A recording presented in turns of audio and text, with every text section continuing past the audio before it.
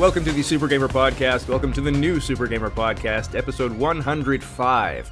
Our guest this week, Director of Communications at the Hand-Eye Society, narrative designer at Glow Up Games, journalist featured in Gizmodo, the National Post, Polygon, game dev, designer, event organizer, lots of hats. Rokashi, thank you for being here. It's great to be here. It's so funny because I don't think anyone has ever listed out the things I do, so it sounds very weird. I was like, I do all those things. That's interesting. Yeah. Who is that? That's you. Currently designing or creating Faraway Fairway for the Playdate.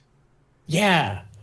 Which looks, to me, it has a very Kirby's Dream Course feel to it, but obviously there's going to be a lot more narrative than that. Can you tell us about it? Yeah, I mean, it's very interesting how I even got started with making that game, because initially I didn't get a chance to get a dev unit of a Playdate, and then a couple months later they gave me one, and I was like, oh, I guess I should start I should start doing something with it. But a lot of my work focuses on mental health or any relation to that. So I wanted to make something, something along those lines. I wanted to make it very chill. So that's why I decided to make it a golf game without traditional golf rules. And it's almost done. I'm just waiting for everyone to get theirs. I know that'll take a while because of delays and stuff, but I'm really excited about it. It's funny to me, you mentioned that it's golf, but not with traditional golf rules, and it's sort of, a calming mental health kind of thing. I play golf in real life, and I can tell you, that is, for me anyway, the farthest thing from a chill experience. Oh, no. But I played golf once, and I was just like, I don't think I'm ever gonna hit this ball hard enough. I'm gonna hit it 30 times before I get to where it's supposed to go. So I kind of gave up on golf. So I kind of made my own rules. Yeah, it's definitely. I don't think I'm a particularly angry person, but I have broken 4 clubs in my life. Oh my god! 2 of them just over my leg.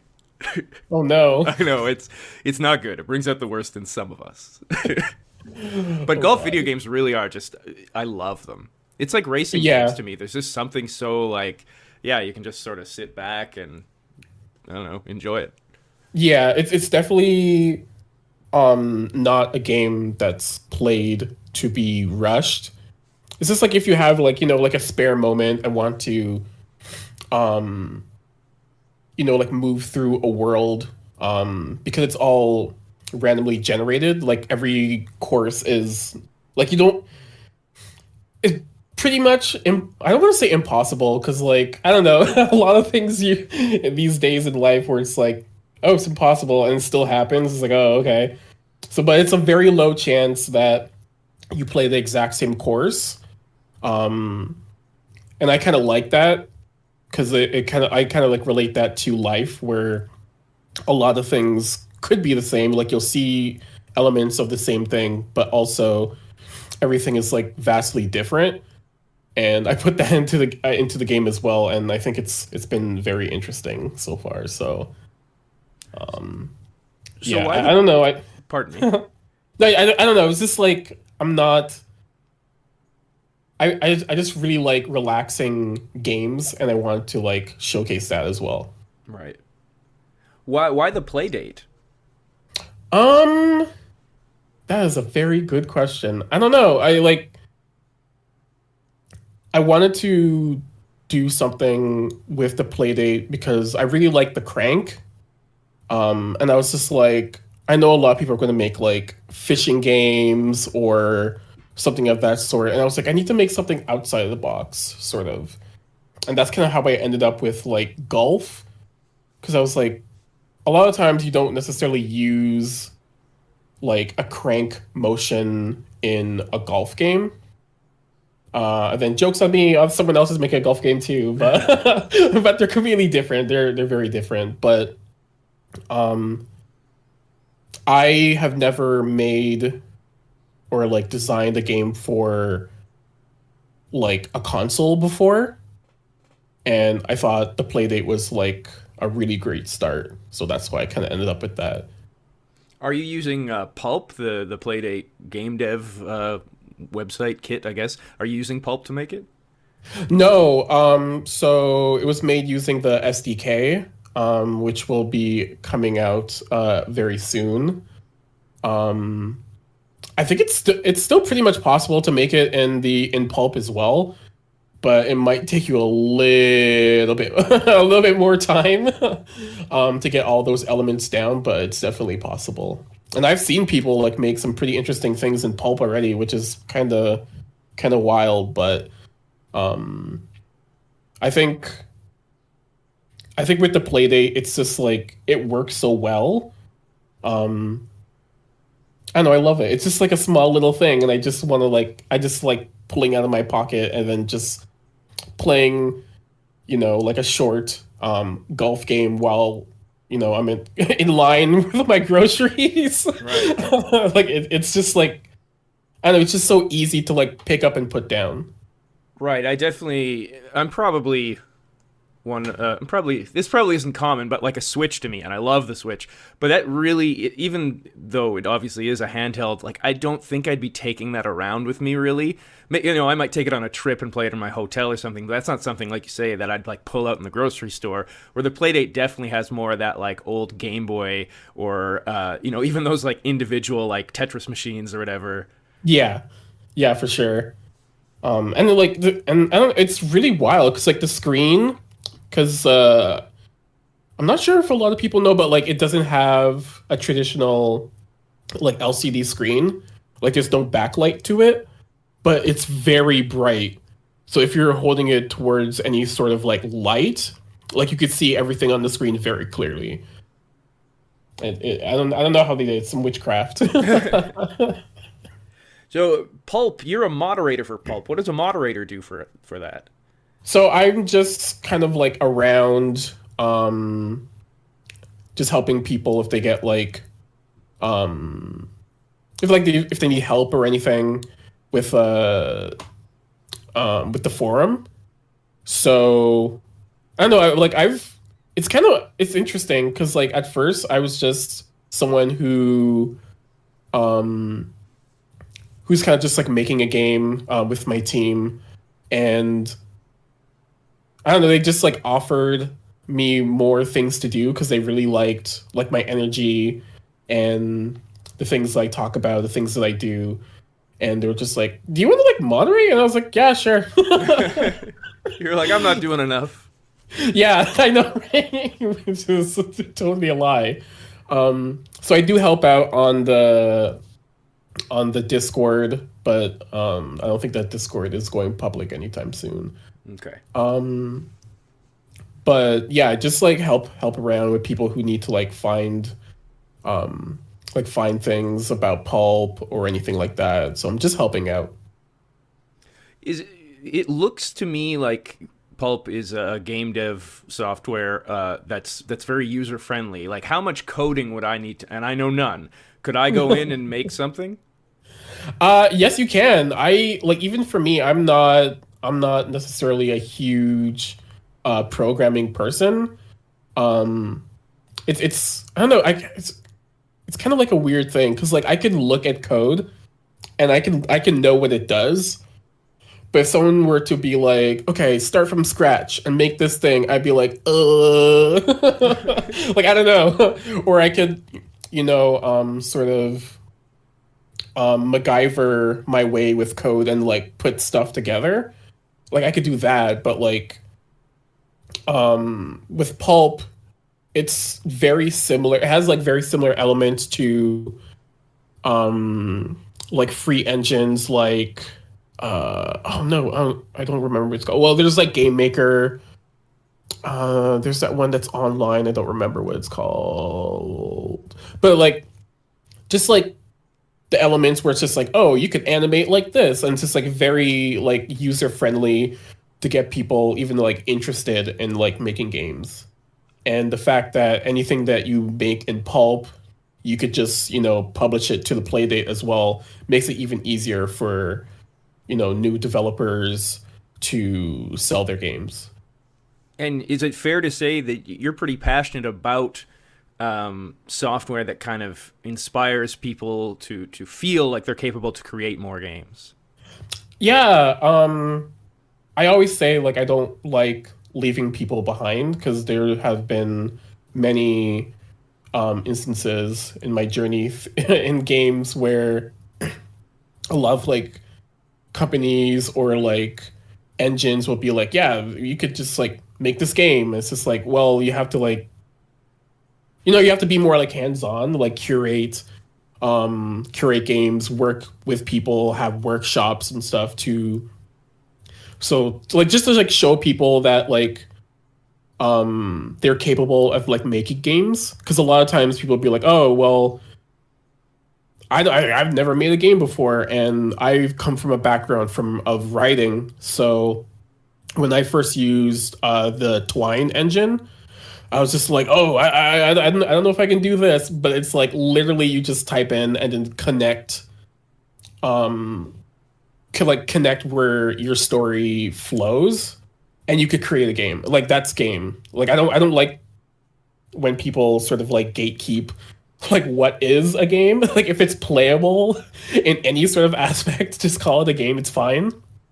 But I do like to see people using new technology to create things and tell like interesting stories about like culture or anything that's new that could be like that a lot of people don't necessarily talk about.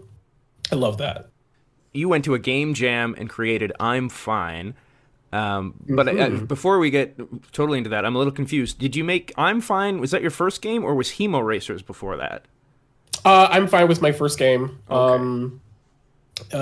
So I originally went to school for journalism. Back in those days, in the before times, I would just like cover a lot of like Sony events, Microsoft events, Nintendo events in Toronto, because they would have like a lot of press there. So they would have like events for all their game releases and stuff. And occasionally I would cover a lot of like independent scenes in Toronto. So like game jams, like small events and stuff like that. And like I've never like I was always the kind of person who was just like, I play games, I don't make games. It's not for me. I'll just leave it to the experts. And one day I was just like, okay, fine, I'll try making something. And it's like kind of the same thing that I was saying before. Someone's just like, yeah, just use Twine. And I was just like, what? I can't do that. Um, but I figured it out. And then within that weekend, I had created I'm Fine. And people really liked it. And then suddenly it was in like magazines and a novel. And I was like, I don't know what's going on. Like, I don't know what's happening. Um, and that kind of like kicked off my journey in video games. I kind of like did like a hard switch um to working in games rather than journalism. Right. Who actually, it's funny. I have a similar experience, but I guess kind of came out feeling different. I went to a few local game jams here in Winnipeg, and one of them, the organizer, who's someone I know, like everyone was super nice, and they're like encouraging, oh, get involved, try it. And I did, and by the end I was like, no, not something I can do. Yeah, I don't know. Sometimes when you, especially like walking into the space of people working on a game, like the air is very, I don't know, it has a very certain feel to it to make it feel like it's not very open. So someone who like walks in doesn't feel necessarily welcome, and like those like jams and like events should be more welcoming to people who are in games or like games adjacent or don't know anything about games. Like they'll just be like, I know what a Mario is, and it's just like, like people should have more. I don't know if like empathy is the word, but just like more understanding that people come from like different aspects of life, and if they're interested in games, allow them to like explore, but also don't gatekeep them, sort of thing. Mm-hmm. Yeah, it's weird, but yeah. My own experience, I agree that there's definitely, you walk in and everyone's kind of head down, and they all seem to know each other. It's like, oh, I don't know, I don't really fit in here. But I think it's unintentional. I think maybe they don't realize that there needs to be real effort to invite people in. You can't just like let us find our way, I guess. Yeah, I think it has to be like just like even getting people started in games. Because we have in Toronto, with the Hand-Eye Society, we would have an event called Game Curious. Yes. And we would curate a lot of video games from people who are, as I said, like who are already in games, people who are kind of interested in games and what they have to say and what they do, and people who are like, I have never held a controller in my life. And to bring all those people into like one space, there's a lot of like sharing different understandings of what a game is, what it does, and how you create it. And I kind of missed that event. It's so fascinating talking to people who don't know anything about games. Like there was this like one time where this older woman came into the event, and she's like, this sounded nice, so I'm here. And I was just like, oh. Yeah, and she's just like picking up games, and a lot of the games around that time were a lot of people talking about like trans issues, Black, Indigenous people of color, a lot of like Indigenous games as well. And yeah, she's just like, wow, I didn't know like this game is like a movie. And I was like, you have no idea. like there's so much to learn. And this random person just like walked in from the street and like left with like a better understanding of, people creating interesting games that aren't from like AAA studios. I did want to ask about Game Curious, because looking on the Hand-Eye Society website, I couldn't tell if I was misunderstanding it, but there seems to be like a broad definition, and then there's like way more specific examples. But the broad definition, I think it kind of says it's like a book club, but with games. Yeah.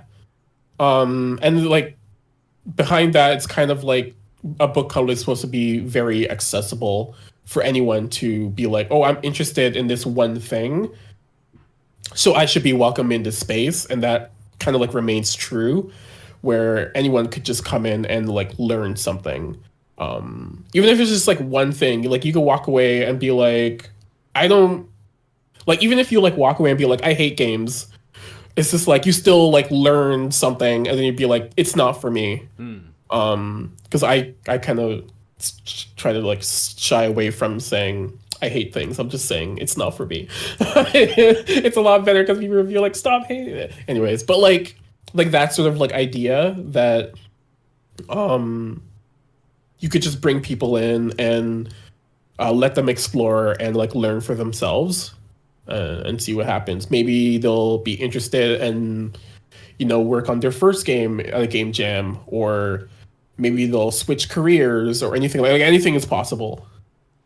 It sounds different than how I interpreted the book club, but with games to mean. But I am intrigued. I love the idea of like, obviously lots of people play games and then discuss it with each other, friends. But I like the idea of like formally like meeting, like, hey, here's the game we're playing this month, and let's discuss what we thought of it.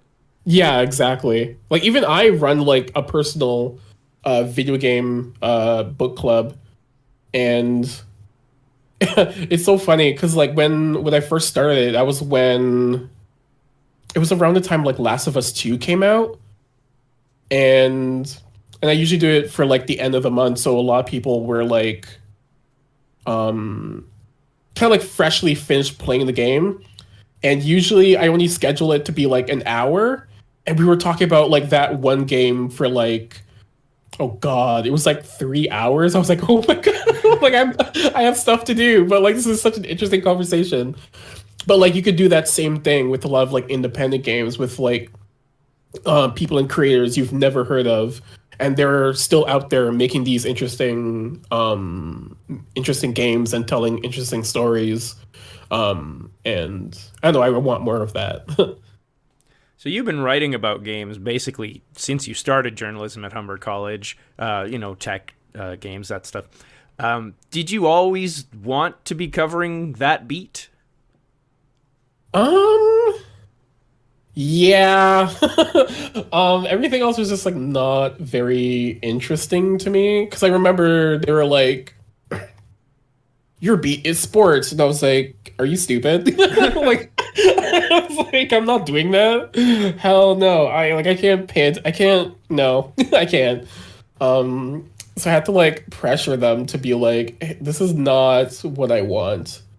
And then when I started showing them a lot of like interesting things that I was covering in the city, they're like, "Oh, that makes sense. I had no idea." And I'm like, "Yeah, that's literally why I wanted to write about it because you have no idea. Everyone knows about sports, but not a lot of people know about, independent creators making games in your own city." So it didn't take a lot of time for me to like tell them that I could do something else. It is funny how, like, when I kind of got interested in this and just started scratching the surface of my local games community, there are so many people making some really cool stuff. Yeah. That's why I'm really thankful for websites like itch.io. It's just great. It's so good. I sometimes I just like lurk a lot of like very like micro games, and usually they're made in like Twine or something else like HTML, and you could just play them in browser. I love that. I love that so much. And people are just like making such interesting things, and like they're touching topics that like major companies would just like never do. Like they have a lot of like queer aspects and stuff like that, and I don't know, I just love to see it. It's so good. You had said you wanted I'm Fine to be the biggest Twine game ever made. Is it? Did I say that? You did. Oh no. I don't know. I don't know. Like, it's actually really funny because, I think, was it before or a little bit after Zoe Quinn released Depression Quest? And the amount of times people would confuse our games for each other would be like, it would happen a lot. People would be like, "Oh, you made Depression Quest," and I'd be like, "No." And Zoe would tell me like, someone just asked if I made I'm Fine." So I don't know. Maybe we're tied. Maybe mine is more. Maybe theirs is more. I have no idea. But I think it's done its job. Because I showcased that game. Oh God, yeah, I showcased that game for the first time at like Indiecade. What was that, like 2012 or like 2013? Oh my God, I was a baby. What the hell? But like it was really interesting because like I've never showcased something, because it's a very personal, like powerful game, and I've never showcased anything before. So a lot of people who played it, like, oh my God, there was like one person who played it and they started like crying, and I was like, oh no. And I was like, oh shit. I know it was, I don't know, it was a good thing. But also it was kind of weird. But it was like one of those things where, I don't know, it really touched people in its narrative, and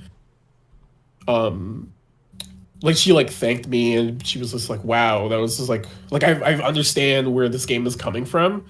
And I was just like, oh, validation. Thank you so much. Yeah, so I don't know. I think the game has done its job, and that's why I made it free. Because I'm just like I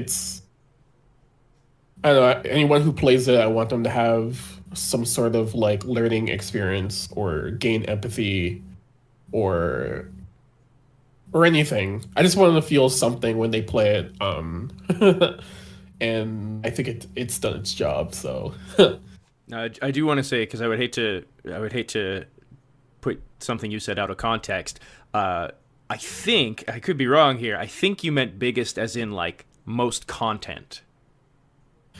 um, that does kind of ring a bell. It was It's on a interesting. podcast that now I'm forgetting, which is unfortunate. I think I know which podcast. Um, but it's actually really funny. I've actually toyed with the idea that Faraway Fairway is like the sequel. Oh, um, and that would be like a very big upgrade. But I haven't really touched like I haven't really come back to that idea because like the story is like half done for Faraway Fairway, and it's just like anything could happen. I've scrapped so many stories with what I wanted to do, so who knows? Maybe it'll happen, and then and then what I said would be true. when you were a student, one of your interviews, you interviewed a zookeeper, and you had a parrot on your arm. Oh my god, you saw I that? did, and I'm Oh wondering no. is there a video game interview equivalent in your career? No, but that that damn bird like scratched me like my cheek. I was just like, and it was like right after the interview. Honestly, I got like perfect mark on that interview. It was great. I was just like, hell yeah. It's a great shot. Yeah, it really is. I was like, oh shit, I can't believe I got that. Um, damn, where the hell did you find that? I cannot give away my sources. What the hell? Oh my god. Yeah, I don't even. God, like it seems like it was like me and from like another planet. Like it's not even. It's like Rokashi from like the multiverse or something. Like it's so weird. Like I can't even. Wow. Yeah, that happened. What was the question? Well, I'm the just question like was so just, baffled. I guess, I mean, that was a memorable experience. Certainly, I'm sure it was distracting at the time. I wonder if you've done a video game interview where there's something similar. I don't think I did anything that was like video game related. Um, no, not really. I don't think so. I think I did like an interview with someone at one of the Sony events that was in Toronto, but I can't remember. I don't think so. But I did have like a very funny, well, it wasn't like journalism, but I did talk to um just one time I went to PAX and I talked to uh I went to a panel that had like Ken Levine and he was talking about like BioShock and afterwards, you know how it's like sometimes after like a PAX or like any sort of like panel, like some people like rush to the stage to like say something to the person before they like leave and like try to run away. Um, I gave Ken Levine my 3DS and I was just like, I love BioShock on the 3DS. My can you sign my DS? And he was like, yeah, sure. And like I was trolling because he's like, wait, did we make BioShock for the 3DS? I'm like, yeah, it's great. Um, I didn't record that. I should have, honestly, because that was really funny. But like, but he signed it anyways. He was very confused. I love that he's not really sure. Yeah, yeah, that was like the best part. I was just like, man, I just caught you off guard, but it's fine. It's all good. Yeah, I would like to like talk to more people. Um, in games, even if it's just like if I was doing like a opinion piece or like a feature or something like that, I would like to talk to people. Um, and just like see where their viewpoints are in games, because especially like now, because there's a lot of weird stuff happening in games, and I just want to like talk to more people and understand where they're coming from. How has your understanding of the games industry changed since you've pivoted from more journalist to designer, dev? Oh God, I know why people are so depressed. Yeah, it's like it could be pretty stressful. I've seen I see it like firsthand now of, like I've freelanced with a lot of companies, and like pretty bad ones where they're just like, we need to basically when it comes to like crunch culture and just like working and working and working, and then you're supposed to be like clocked out and like resting at home. They're like, we need this. And it's just like, I get it now. I understand it. I've been there, and it's super shitty, and it's so weird when you come from, asking like, how does it feel? And then they tell you an answer, and you're just like, okay, you don't necessarily like take it at face value, but when it happens directly to you, you're just like, this is exactly what they were talking about, and it really sucks.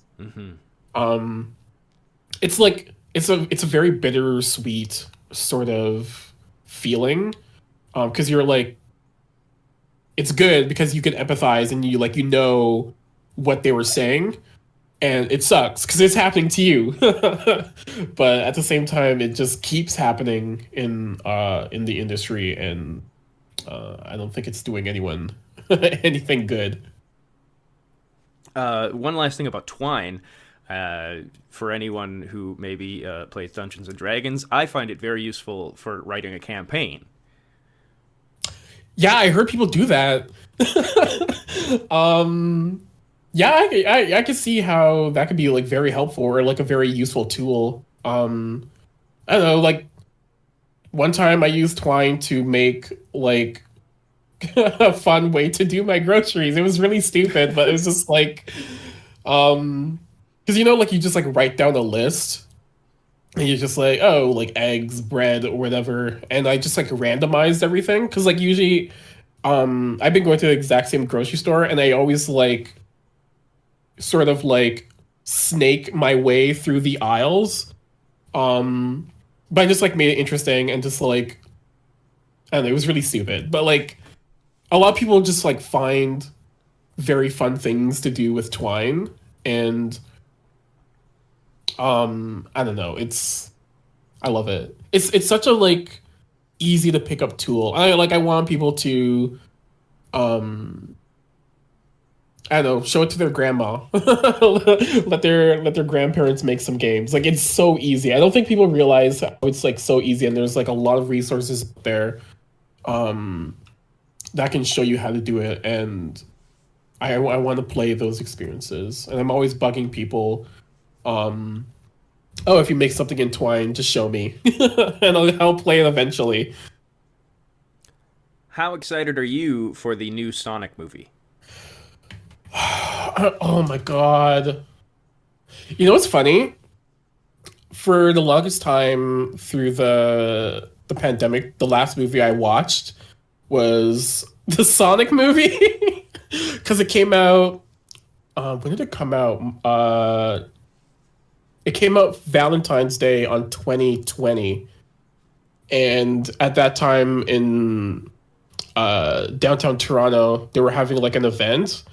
And oh, this is actually a really funny story. But it was like they were having an event, and they're like, Sonic's here, and it's like this giant mascot, and he's like, oh, I'm Sonic the Hedgehog. And I was like, oh my god. But then like I was like freaking out, and I was like, I need to take my inhalers, and I didn't have them, and I was like, oh no. I need to get inhalers. So I had to go to a walk-in doctor and wait for like half an hour because for some weird reason inhalers that are like so common are not like over the counter. And then I had to like go to a doctor, and they're like, I need a prescription. So I got my prescription, and then I could go to talk to Sonic, and then I took pictures with him, and then later on that night I went to the theater it was really interesting because a week before that, I was the first person to buy tickets for that theater for the premiere of the Sonic movie, which was really funny. I was just like, I'm so ridiculous. My life is out of control. And then we went to go see the Sonic movie. Like, one quarter of the audience was like people from the indie Toronto community. So we were all like just sitting there and being like, yeah, Sonic. It was great. And like anytime someone said something like on the screen, people would be like, Rokashi, did you see that? It was really funny. Cheering for every chili dog. Yeah, I know. And funny that you say that, because afterwards we like, I think it was like 9 of us. We all walked around the corner to a hot dog restaurant, and we all asked for chili dogs. And they were like, what is happening? Yeah, they probably had no idea. And they're like, where are you guys coming from? Like, the Sonic movie. He's like, oh, and it was lucky because it was was it a Tuesday? I think it was a Tuesday. So like chili dogs were on special. So it was like everything worked out perfectly. It was great. Yeah, I'm super excited about the Sonic movie. Anything Sonic, sign me up. I love it. You've tweeted before that you love the trend of people knowing the height of their favorite video game characters. So I have to know if you know the height of Sonic and Knuckles. That's a very I think it is a complex question only because like there's so much chaos. There's so much there. Chaos Emeralds even. Yeah, that too. I think I'll refrain. Fair enough. But I know that there's a lot, like there's so much there, like there's so much history, there's so much like user generated content, there's no ceiling. It just keeps going. What does your blue blur cologne smell like? Oh my god. God, you know so much. Oh no. For anyone listening, that's a Sonic themed cologne. I was so mad when it went on pre-order. It was just like, yeah, if you're not in the UK, you can't get it. And I was like, shit. I have a friend who lives in Dublin, Ireland, and I was just like, please. It was like 7 E's. I was like, please, can you buy this for me? And he was like, Jesus Christ, okay. And then he sent it to me. And I promised I would not open it or wear it until the premiere of Sonic 2. So okay. You'll have to get back to me on that. Yeah, I have a couple months to go before I know what it smells like. Which is such a ridiculous thing. But I was like, I might as well. Like, it's fine. I'm like, I don't really leave my house these days, so. But as soon as I open it, I know I'm gonna be like, if I'm going to go do my groceries, I'm gonna be like, I want to smell like Sonic while I'm doing my groceries. So I'm gonna do a little spritz, and I'll be on my way. If you got full creative control to make a new Sonic game, what would it be? Oh no. I think I would want to be like sort of like an origin story, because it really started as like being like a game where, you know, Sonic versus like Eggman are just like nemesis, like they're just like hating each other. But I think it would be interesting to start from the beginning of like how they met. Because you never really see that in the Sonic games, and they might as well just do that. They go back, but like they never go back enough to get to that point. So it would be like little Sonic and just like exploring that world, but it would definitely be 2D. It has to be 2D. I'm sorry. It has to be 2D. Actually, no, I shouldn't apologize. It'll be 2D. It'll be a 2D platformer. As much as I love Sonic Heroes or like Adventure or Generations, it has to be 2D. Because like Sonic and Knuckles was like my favorite game, and like, man, I played so much of that game. Like I still do. but like that music was like so iconic, and like it screws me up every time I hear it. It's so good. So I don't know. Like, but I know it would have to be like sort of like a, I don't know, it could be like Sonic Origins or something like that. As long as they don't do like Sonic Infinite. I'm so over the word infinite in games. I'm like, stop it. Be more creative. I don't know. What's your most beloved action figure? Oh man. So I collect a lot of action figures. I have a lot of like Japanese figurines. So I have like Nendoroids, I have Figmas, figure arts, a lot of them. My favorite one. Hmm, that's a good question.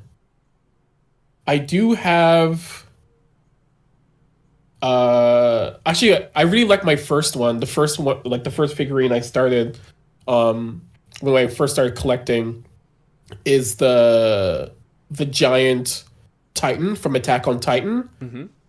And it comes with like a little play set, like a little like wall, and then you can like pose it to make it look like he's looking over the wall.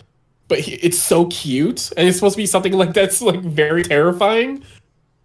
And I have it like displayed on my very large IKEA Kallax full of like figurines and stuff, but it's at the forefront. So I see it all the time, and it's great. I love it. But I haven't been collecting lately because the price has gone up, and Canadian dollars to Japanese yen is not very friendly at the moment. So I need to like priorities. So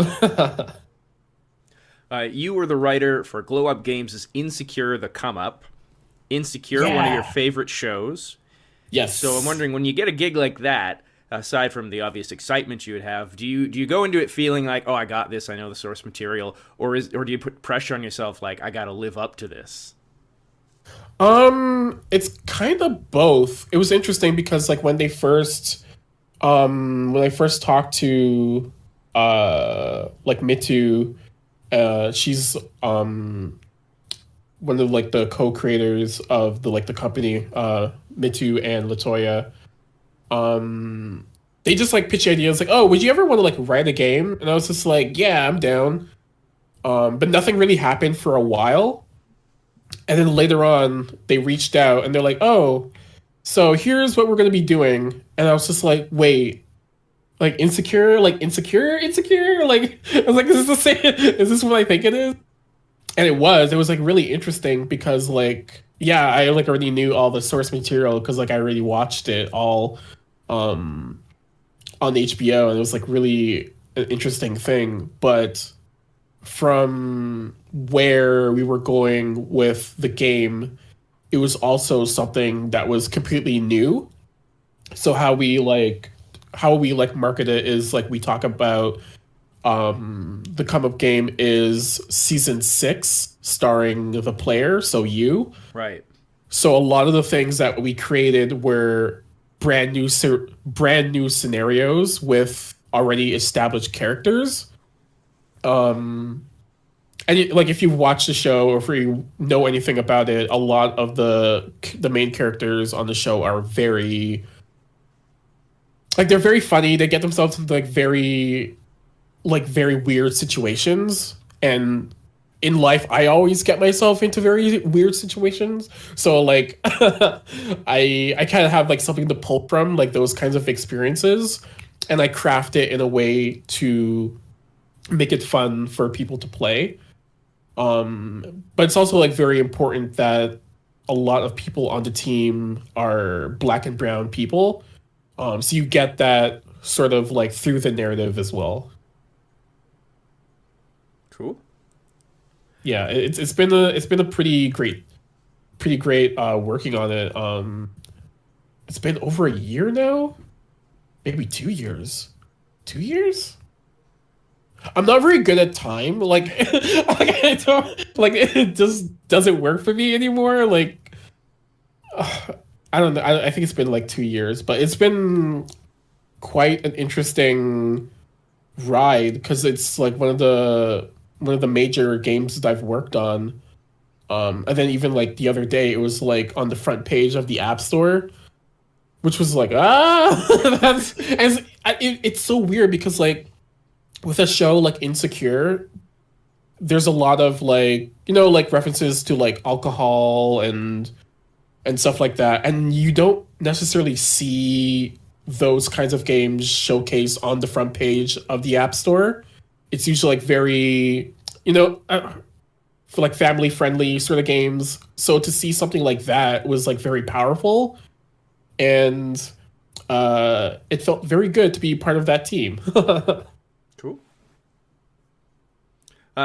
Pretty much winding down here, but Hand-Eye Society, for people who don't know, it's a not-for-profit based in Toronto promoting games made mostly as a creative expression.